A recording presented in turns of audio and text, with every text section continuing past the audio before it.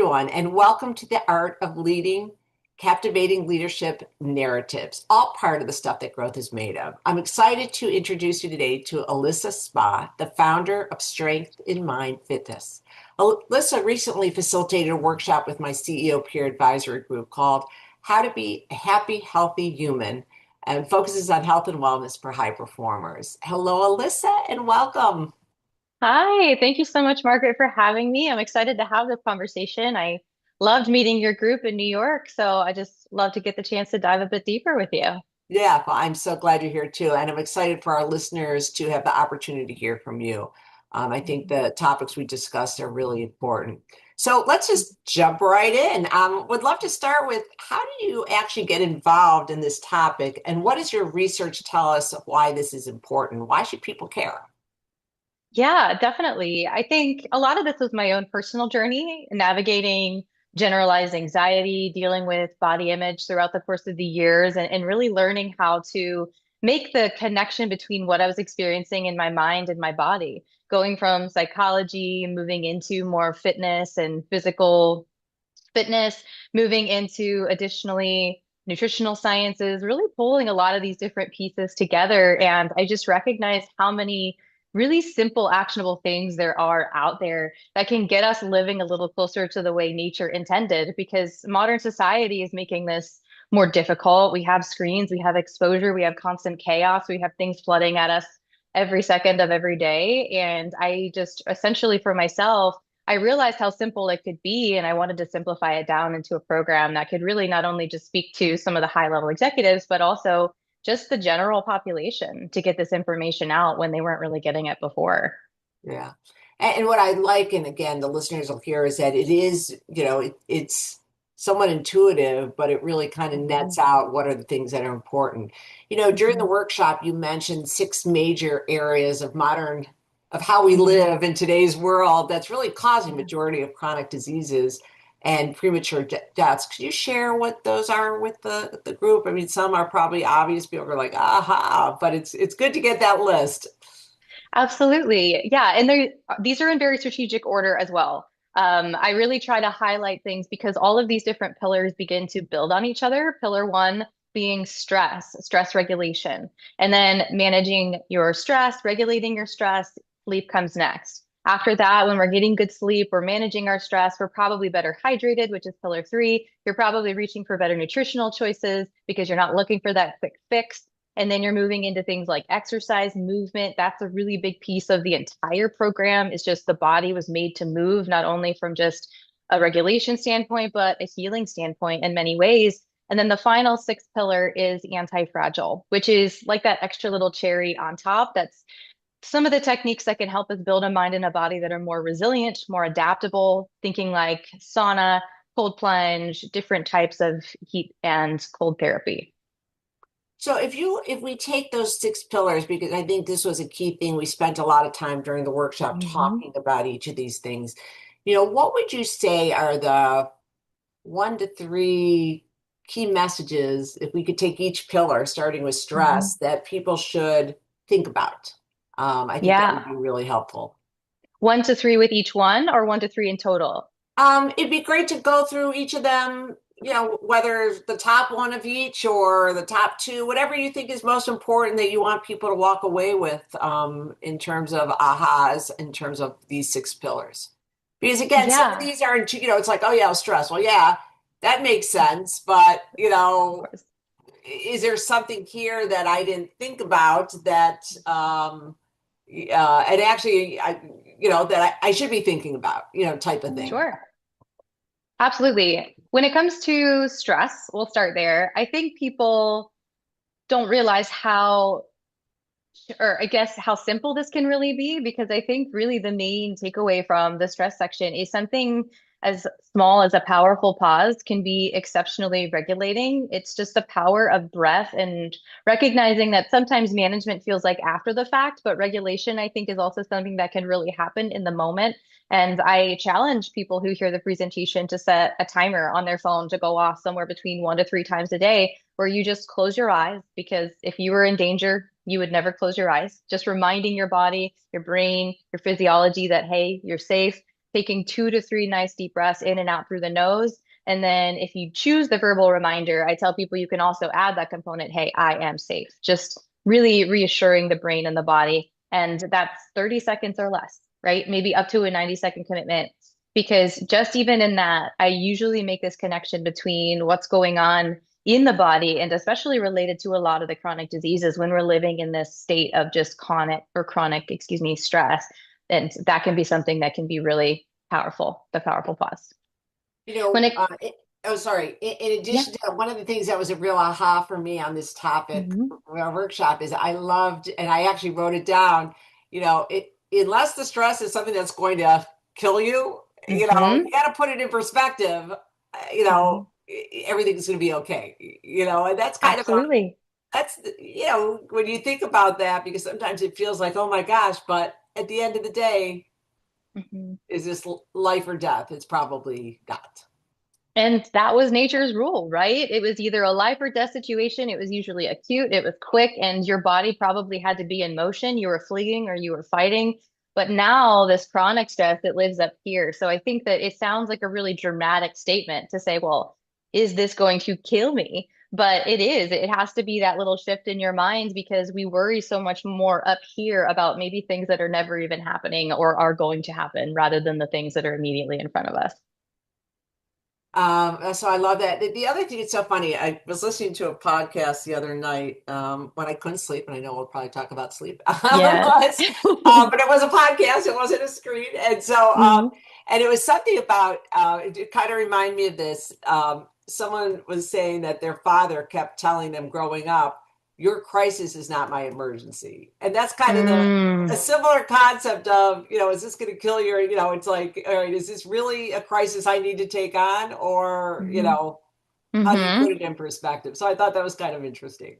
No, absolutely. That's such an interesting shift. And I love when people have some of those little things, just those little mindset shifts that have really stuck with them over the years, because I think that it really is. It's learning how to reframe and restructure maybe those more negative thoughts into ones that can be more positive or maybe even more motivating or inspiring action instead.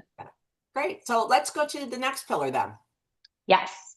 With sleep, I would say the main key things are one, creating a cool, dark cave, which going back to nature's rules, I think sometimes people forget about that, just how much light influence or even temperature can impact things like our really deep levels of sleep. So I usually try to cultivate a good sleep environment. And the other one probably being about an hour to 2 hour digital detoxes before bed. It's Mm. not easy. I'll admit candidly, I'm not always great at this either.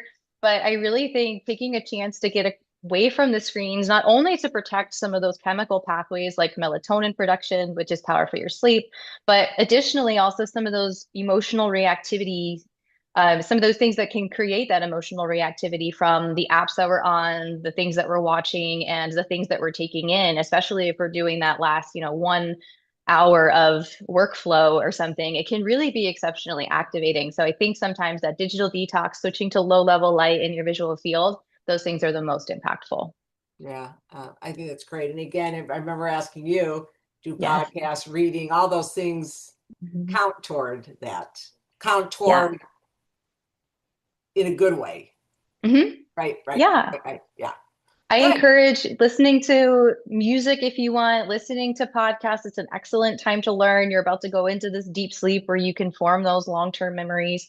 And additionally, reading, I would prefer obviously using a good old-fashioned book, but if not, using some of the technology that removes the black light, and just supporting some of that. So all of that counts too. Great.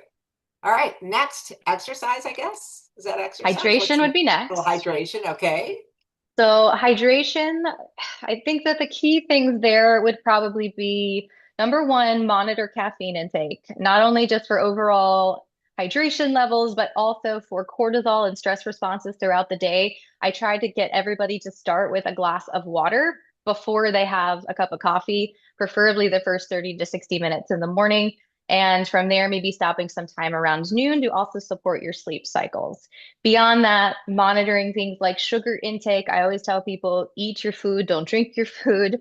And I always have them shoot for about 80 ounces or so of water a day, at least half your body weight in ounces if you do happen to be someone that's a much smaller physique. But outside of that, 80 ounces tends to be the most impactful, probably across the board. My biggest challenge, like after our workshop, I actually got a Aura ring. We talked about that Oh, there. there we go. And they're like, my kids are like, well, so is your Aura ring reminding you to drink on a regular basis? Because I Yeah. do not drink enough. So this is one area of many that I need to Mhm. focus on. I totally Okay. get it. Yeah. So now we're into number Nu- three, number four. Nutrition number four. Okay. So nutrition number four, I think again, going back to what I just said before, eating your food, not drinking your food, but also taking it to the foods that nature would give us. I think that a lot of the modern day foods that we have access to, they're just taken too far out of context. And if I could say one big piece of advice, thinking about the things that are on the outskirts or the perimeter of the grocery store rather than the things that are in those middle aisles more often than not, eating things without a label can be super impactful there. But if you are eating those foods that nature gives you, there's this natural regulation that occurs because you have those nutrients, you have the fiber, you have the water, you have all those things that are sending the signals to your body to say, hey, I'm full, I'm satisfied, I'm feeling good, rather than these things that your body doesn't really recognize. And ultimately, you end up hungrier about an hour later with some of the more processed foods instead. It's so interesting that you have it down to kind of how grocery stores have it set up. So that's an Mhm. interesting way to look at it. The Okay. visual helps. Yeah, it does. It does. Okay, so Mhm. then number five. Yes. So five would be exercise. And I try to break this down into foraging and hunting concepts. So these would be the most basic things that we had available to us out in nature. With the foraging, that would be more like your 10,000 step rule, which isn't magic, but it's just thinking about ways that you can be generally more active, taking the stairs rather than the elevator, parking further from places, doing walk and talks, moving meetings or something in the workplace where you're killing two birds with one stone. You're having a great conversation, but you're also getting the opportunity to move around. So I try to engage in that activities of daily living for your foraging strategy. And then on the other side, your hunting strategy, if you're looking at something where you have very limited time, I'm usually going to implement something called high intensity interval training. This is different for everybody, meaning depending on your fitness level, there are different ways that you can do high intensity interval training so that people don't get too nervous about that. But I love it because in a short period of time, anywhere between 10 to 20 minutes, a couple times a week, you can even build and maintain some lean muscle mass. You're getting some of that cardiovascular output. You're supporting something called your VO2 max, which is a great indicator of how long you're going to live, but also just how long you're going to live healthy, this concept of health span. So I really try to simplify it down into those. Like just try to move more throughout the course of the day. If you're well hydrated, you're going to have to get up a couple times just to use the restroom anyways. But outside of that, yeah, just trying to find ways to incorporate more of those basic strategies. Yeah, being more active. Hmm. And then last, And which is an interesting, was interesting for me, is this mhm. anti-fragile, I think is what you call it. Yeah, anti-fragile incorporates the heat, mostly sauna, especially if we're looking at it from an overarching principle for both men and women. Cold plunge tends to be a little bit more controversial when it comes to women within the temperatures, the time spans, and we're really trying to gather a lot more research on the cold therapy. We have a lot more on the heat side of things.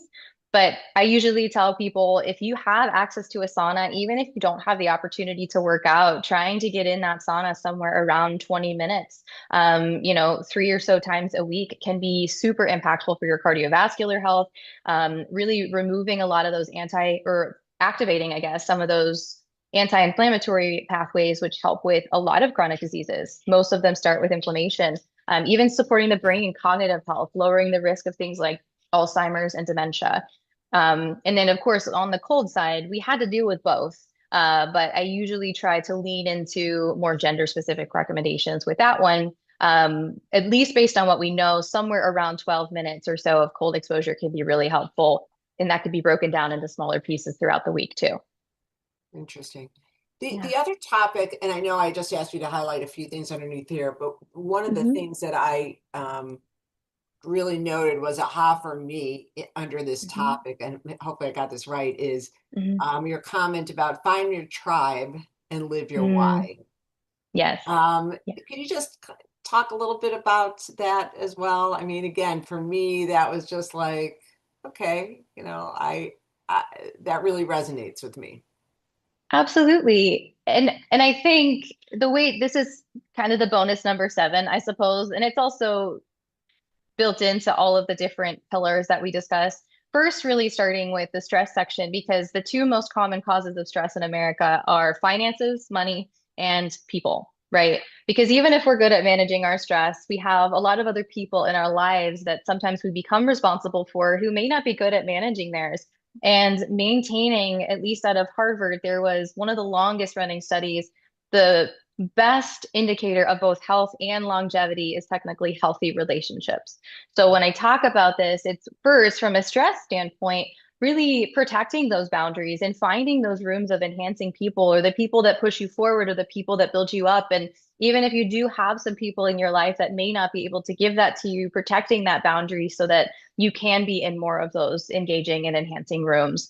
And on the other side, if you think about it from a fitness standpoint, the fitness franchises, they figured it out. They said, how do we get humans to do hard things? We build a community, which then builds in the support, it builds in the accountability, it builds in the friendship and the relationship, and all of those really different components. And those places are different for everyone. It's not just fitness, it could be faith and family and friendship and spirituality and different hobbies and things that you engage in. There's a kayaking group that goes out every weekend in St. Petersburg, where I live. So finding and building those communities can really help engage with a lot of these activities. I know that if I'm hanging out with people that make my health and wellness decisions a lot more challenging, or if I'm with a group of people really often that they are deciding to sit at their desk rather than go out and maybe take a quick walk and get some lunch and then come back and get maybe a little bit of that cognitive and even that blood flow, those breaks in there, it's going to be a lot harder to do that. So that's why I always encourage people to really cultivate that community that's going to be engaging in those things that you want to see happen. And that's when your life's really going to change for the better. Yeah, I love that. Mhm. So, and you're very generous with your time. I just have a few more questions. Sure. Some of these things, Alyssa, seem intuitive. Like I know I don't drink enough, I don't know about Yeah. the 80 ounces, but I mean, I'm just trying to get to 16, quite frankly, a day. Right, I mean, right. it's horrible. But so why is it so hard to execute? And is there suggestions based on your Mhm. experience or research of how to create these new habits? Yeah, if you think about it from the perspective of a lot of the things that we do on a regular basis, they haven't just happened overnight. And I think with a lot of health decisions and health changes, people kind of expect, okay, well, I'm going to wake up tomorrow. It's going to be all or nothing. I'm just going to do all of these things. They're all going to happen. But it takes longer to break those habits. We're really trying to build those things. And I think, especially with the population being more high performers, more executive level, individuals, for me, they do kind of try to take on too much at once. And I'm much more of a strategic approach. I like to create something that's a lot more adaptive and something that's going to make these changes more slowly to build that confidence, but also that cascade as time goes on. And what I would say with just using your water example, putting a glass of water in the coffee maker, or, if you're actually making your old traditional stuff, I know most people have Keurigs these days, but putting a glass of water in there so that when you come down first thing in the morning, if typically you just turn on that coffee maker, it's, hey, well, I got to grab that glass of water. It's going to be there. It's going to be the visual. Yeah. Or, pairing a powerful pause with brushing your teeth in the morning. Because if you don't brush your teeth first thing in the morning, you're probably going to lose some friends, right? But Yeah. also, if you don't get your meditation or your powerful pause, you also might be emotionally reactive. You might be a little bit more irritable or agitated. Additionally, just making it more accessible for you throughout the day. I've had some clients who buy the little fancy water bottles. You mentioned the Oura Ring, but there are water bottles. I don't remember the brand off the top of my head at the moment, but they will blink at you and remind you to drink water. Oh, interesting. Or if it's like, okay, every time I get up to go to the restroom, is there some kind of visual example? Do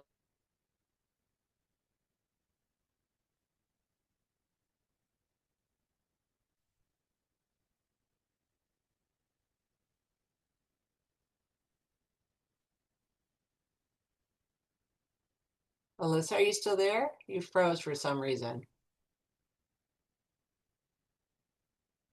Alyssa?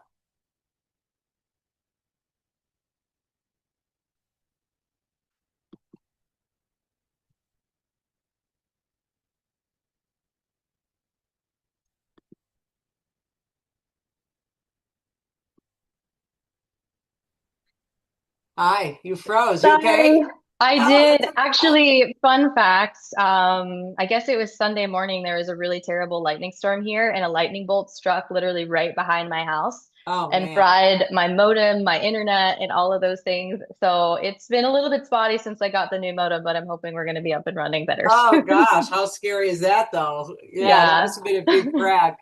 So probably, Yes. so you're just talking about, really just focusing on, doing little things to Mhm. and reminders along the way. So Absolutely. instead of trying to tackle everything all at once. Yeah, Hmm.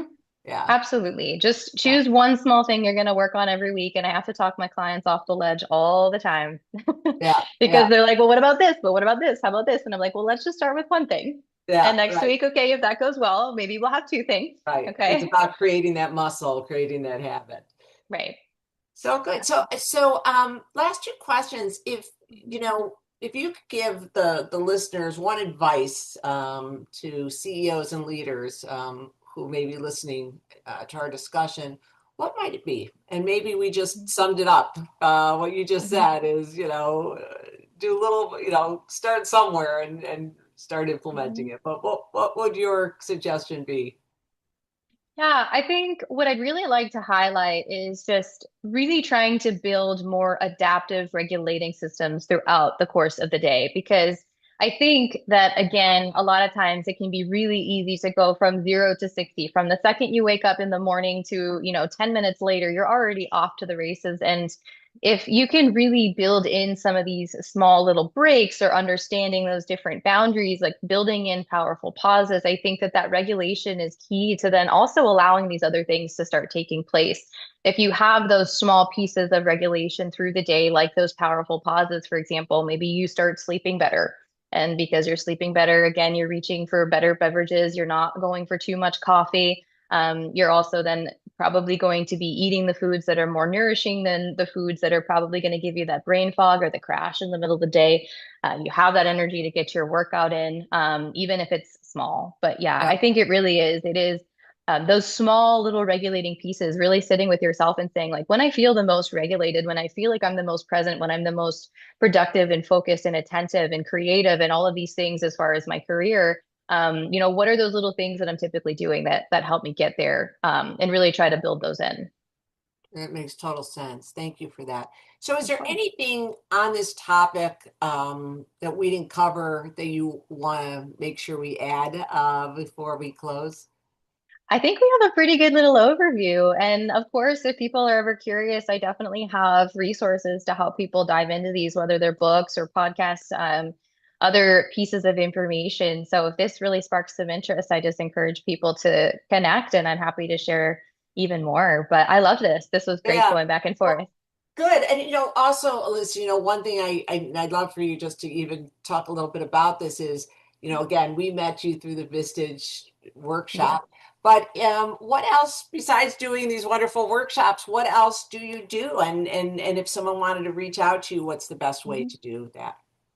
Yeah, definitely. Vistage and a lot of the executive groups are my primary work, but additionally, I'll work with a lot of companies one-on-one. Often, if I meet executives in the room, they'll say, "Hey, I really want to do this at my leadership event or my team meeting or something along those lines, whether in person or virtual." So I'm usually traveling to different companies, which can then also lead to more long-term relationships where maybe it's one-on-one coaching with employees, teaching them these health and wellness habits, but also for the executive as an individual as well. And maybe building that into more of a corporate wellness structure at the end, where we're continuously learning and updating and growing in the health and wellness space for all of those different areas. If somebody did want to reach out, the best way to connect with me would either be on LinkedIn, just Alyssa Spaw on LinkedIn, or my website, alyssaspaw.com. There are different ways that people can connect on there, but also just gather a little bit more information even about what the worksheet or excuse me, the workshops look like and what I would hope for everyone to get out of them. Yeah, love that. Thank you. Well, Yeah, thank thank you you. for your time and for your insights around, what it takes to be a happy, healthy human. Yeah. And I know I do have my water bottle here. It's just There we a good go. reminder. So I do think of you with that. And It then is. to our audience, thank you all for listening. This is the Mhm. stuff that growth is made of.